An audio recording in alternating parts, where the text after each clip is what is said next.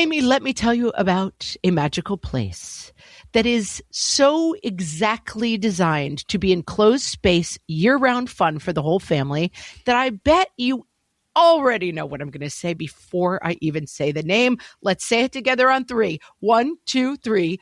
Great Wolf Lodge. You got it, Amy. My kids loved Great Wolf Lodge when we went. You probably already know that it has a huge indoor water park with a wave pool, lazy river, a bunch of massive water slides. But then your pack can hit the other attractions because, wait, there's more. Great Wolf Lodge has adventure-packed attractions like Magi Quest, a live-action game kids can play throughout the lodge, plus the Northern Lights Arcade. Spent some quality time there, so your kid who loves the lazy river and your kid who loves fantasy games will both have a great time. Great Wolf Lodge also offers great dining options and complimentary daily events like nightly dance parties, all under one roof. Unpack the car once and you're settled in to have fun. And with 22 lodges across the country, you're always a short drive away from adventure.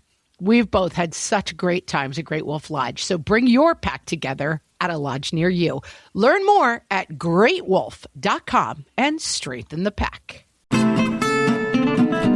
Welcome to Ask Amy from What Fresh Hell, laughing in the face of motherhood, solving your parenting dilemmas one question at a time. This week's question was from email, and it says, I have created a 2-year-old monster. This past week, I've been sick, as well as my 2-year-old, with fever, vomiting, and diarrhea. I also have a 6-month-old who has miraculously stayed healthy. My typically screen-free toddler has been given unlimited screen time because it was the only way we could survive. Now that he's getting better, he just wants to watch screens all day. I try to take them away, and he screams, hits, and goes crazy. How do I wean him off of this new terrible habit? First of all, we completely support here at What Fresh Hell the season of lots of screens, which you were clearly in when you were sick with a baby and you did what you had to do. But now it's time for a back to one, as we like to say. I feel like resetting with little ones, it's going to be, short and intense, and a 2-year-old can throw a temper tantrum, but their memories are really short. And the reset here, a little magical thinking, is going to come in handy here. You don't say which screens this is. I'm assuming it's literally all of them, but say it's your phone. Tell him your phone's broken. Stick it in a purse and then only check it when he's not in the room for the next 3 days. Problem over. If it's the TV and you think he's been watching the TV too much, take the batteries out of the remote. The TV is broken. It's sleeping right now. Whatever works. Basically, all kinds of screens can need new batteries, recharge, all that kind of thing. Easy peasy, except not always, because what I can predict you might be thinking is, yeah, but if he has any idea that my phone is in my purse, in the closet, in the hallway, he's just going to tantrum outside the closet. So then what do I do? You say in your question that it's hard to get the screens away from him. So it seems to me that the true issue here might be less, I want screens and I can't have them, than he has the screens and now you're trying to take them away. So let's roll it back. The real key is going to be to not have your kid pick up the screens in the first place, to be doing other things so that you don't have to take the screens away from him. Time for a little incompatible behavior. This is something from the world of animal training.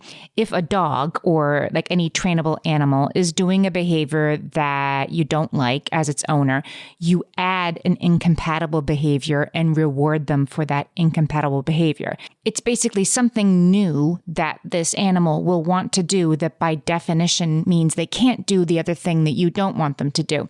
So I'll post a link to a video in the show notes. This video is of a dog named Greta who, according to the video, used to jump on visitors when they came in. So this dog, Greta, has been trained to when she hears the doorbell, she barks, because of course she's going to bark. Somebody's at the door.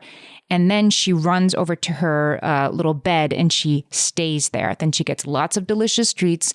Then the person comes in, and then if they want to, they can walk over to her bed and pet her, but she doesn't jump anymore.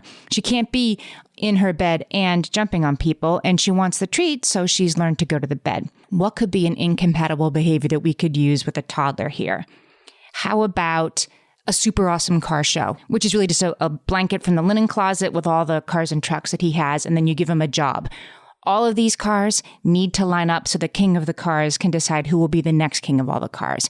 I'm not saying that he watches you set this up. This is something you need to kind of like set up when he's having a nap or having lunch. You sneak into the other room. You set something up. Novel, new place. He'll be arrested by it. He'll say, what's this? You explain, this is an animal hospital and they're all sick. And he'll be busy all afternoon. Whatever it is. It doesn't have to be trucks or stuffed animals. It's just something new and novel that speaks to him, but ideally is set up in a part of your house where there aren't screens, where screens are not, or at least that he doesn't associate with screens, so that he can't have the screens where this new, very interesting thing is.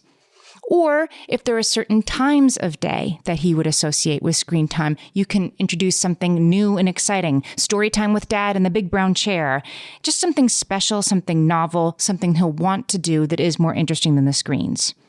And if he's still crying for the screens, there's a chance that he's still not feeling right? Like a 2-year-old lets us know that they don't feel well by being really screechy and annoying. So if he's still not feeling right and you're still not feeling right, you can always say, I will try this again tomorrow. I'm going to take another approach.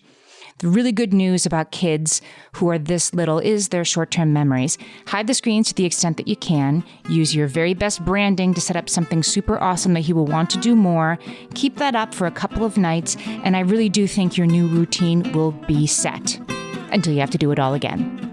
Send us your questions, and we might answer yours next. Email us questions@whatfreshhellpodcast.com. Thanks for listening.